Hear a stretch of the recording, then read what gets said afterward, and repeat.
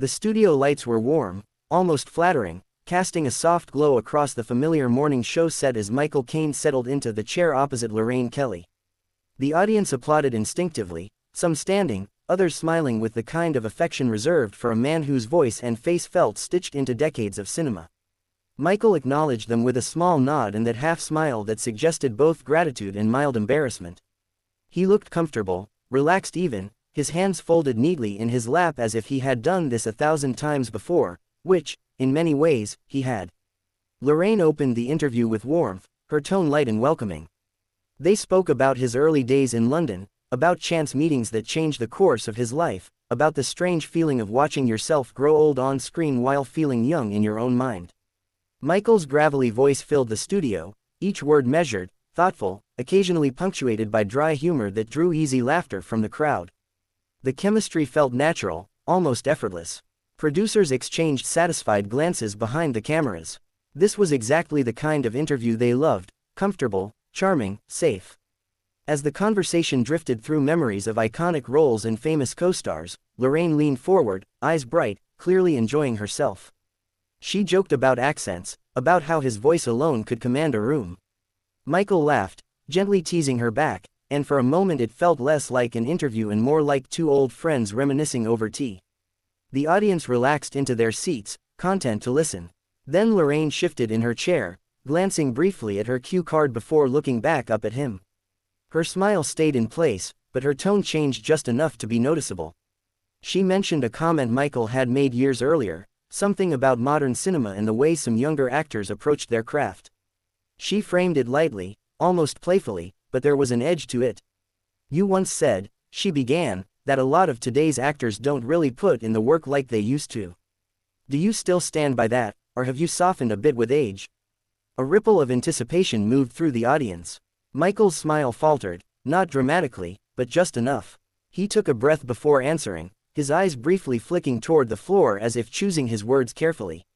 He said he'd never meant to dismiss an entire generation, only to stress the importance of discipline and respect for the craft. He spoke calmly, explaining how his remarks had often been clipped, reshaped, turned into something harsher than he intended. Lorraine nodded, but instead of letting it rest, she laughed lightly and said, "Some people might say that sounds a bit out of touch, Michael." She chuckled, expecting the audience to follow. They did. Soft laughter filled the studio, but it landed differently this time. Michael's expression changed. He didn't raise his voice. He didn't scowl. He simply leaned forward, his posture straightening, his presence suddenly heavier. "Out of touch," he repeated slowly, tasting the words. "That's an easy thing to say when you don't listen to what someone's actually saying." The laughter faded. Lorraine tried to smooth it over with a quick joke, waving her hand as if to brush away the tension, but Michael continued, his voice steady and firm. He spoke about respect for work, for experience, for conversation itself. He explained how decades of effort could be reduced to a headline, how nuance was often sacrificed for a laugh or a reaction.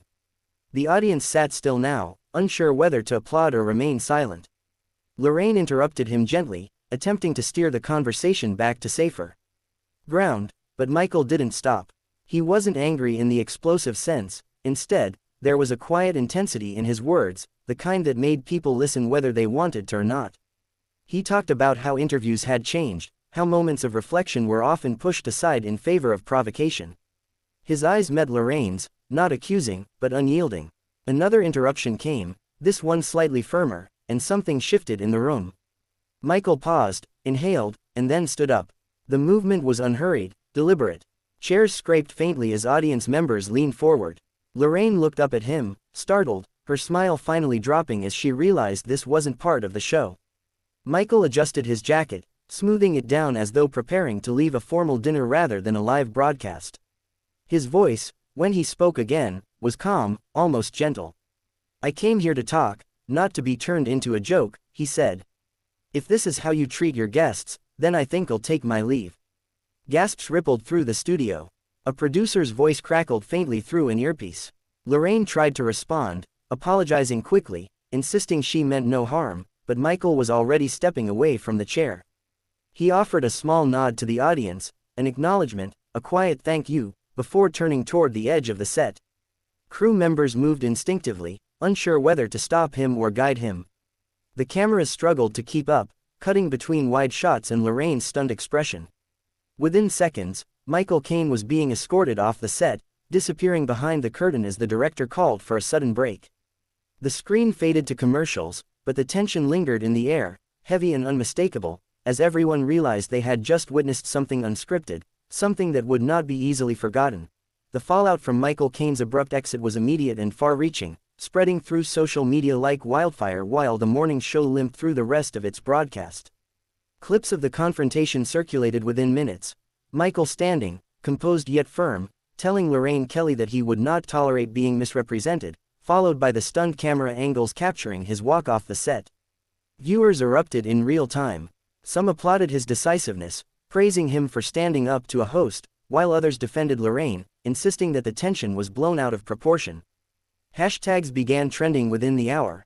Hashtag Michael Caine walks off, hashtag respect the craft, hashtag Lorraine Kelly, hashtag morning show drama. Backstage, the atmosphere was tense. Producers huddled in corners, debating whether to issue an apology, a clarification, or both. Lorraine sat off to the side, her usual poise shaken, replaying the moment in her mind and muttering under her breath. She insisted repeatedly that she had no intention of offending Michael, that she had merely been following the script, but the producers knew that explanation would be lost amid the viral clips and social media commentary. For every fan defending her, there seemed to be two championing Michael's courage. Emails and messages flooded in, some polite, others aggressive, each demanding a statement. The entire studio seemed to hum with a mix of excitement, shock, and panic. Meanwhile, Michael Caine's exit from the studio was quiet but commanding. He moved with the same controlled presence that had made him legendary on screen. Photographers gathered near the building, cameras flashing, but he barely glanced at them. A member of the crew offered a tentative, "Sir, are you okay?" And Michael simply nodded. "Yes, I'm fine," he said, his voice steady, carrying that calm authority that made his words resonate. Sometimes, you have to remind people that conversation isn't a game, and dignity isn't negotiable. He smiled faintly at the crew member and continued on, leaving behind a set still buzzing with disbelief. By the afternoon, mainstream news outlets had picked up the story. Pundits debated on television panels whether Michael had overreacted or whether Lorraine had misstepped. Late-night talk shows joked about it, though most were careful to frame it as a clash of personalities rather than a scandal. The public response was almost equally divided. Social media users dissected every second of the interaction, quoting lines verbatim, posting gifs of Michael standing and walking away, and speculating about whether he would appear on television again anytime soon. The incident sparked debates not just about the moment itself, but about broader issues: respect for experience, civility in interviews, and the blurred lines between entertainment and provocation. Lorraine, for her part, faced an uncomfortable day. She conducted follow-up segments with an almost apologetic tone, attempting to regain control of the narrative while avoiding further escalation. Her team prepared official statements, emphasizing that she respected Michael Caine immensely and that the incident was the result of a misunderstanding. She herself struggled with the sudden onslaught of commentary. Being a seasoned broadcaster, she was no stranger to public scrutiny, but this felt different. It wasn't a simple misquote or minor gaffe, it had been witnessed live, unfiltered, and the repercussions were immediate. Meanwhile, Michael Caine remained resolute. He granted no interviews that day, choosing instead to read statements that emphasized the importance of respect and thoughtful dialogue. In one brief message, he said, "Some conversations should not be sacrificed for ratings or laughter. I hope this reminds people that there is still room for seriousness, even in entertainment." Fans praised his restraint and clarity, noting that he could have let anger drive him but instead had handled the situation with his characteristic composure. The public debate persisted into the next week.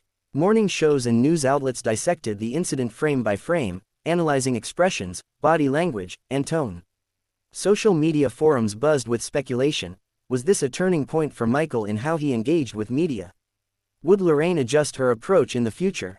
Were live shows becoming too aggressive, too willing to provoke their guests? In classrooms and offices, people debated the event as a case study in respect, media ethics, and personal boundaries. It had grown far beyond a simple interview. It had become a cultural moment, a conversation starter, and a lesson in the art of dignity. Then came Michael's brief public appearance a few days later at a charity gala. Reporters flocked to capture his thoughts, hoping for additional comments. He spoke at length, calmly and deliberately, but there was no bitterness in his voice. He recounted the experience, emphasizing the importance of listening, context, and mutual respect. He spoke about how live television often prioritizes conflict over content, yet he also acknowledged the pressures on hosts to maintain engagement and ratings. "I understand the demands of live television," he said, "but it doesn't excuse treating people as props for a momentary laugh. We owe each other more than that." The response was overwhelmingly positive. Fans, critics, and fellow actors praised him for his restraint and eloquence. Lorraine, meanwhile, continued to navigate the fallout carefully, offering public apologies while defending her intentions. In interviews, she repeatedly expressed admiration for Michael, stressing that she had never meant to offend him. Over time, the narrative began to settle into a more nuanced conversation. It was no longer a simple clash or scandal, it became a symbol of the tensions inherent in modern media and the balance between entertainment and respect. Ultimately, the incident left a lasting impression. Michael Caine's walk-off became iconic, replayed in discussions about celebrity interviews and journalistic integrity. It reminded the public that even in a world dominated by ratings, headlines, and viral moments, there were still figures who valued decorum, who demanded thoughtfulness over sensation. In a culture quick to sensationalize, Michael's refusal to be reduced to a punchline was not just a personal stance, it became a lesson in presence, dignity, and the quiet power of walking away. And as for the audience that morning, they were left with a memory that went beyond a simple interview. They had witnessed a legend assert his boundaries and, in doing so, reminded everyone that even the brightest lights of television couldn't outshine personal integrity.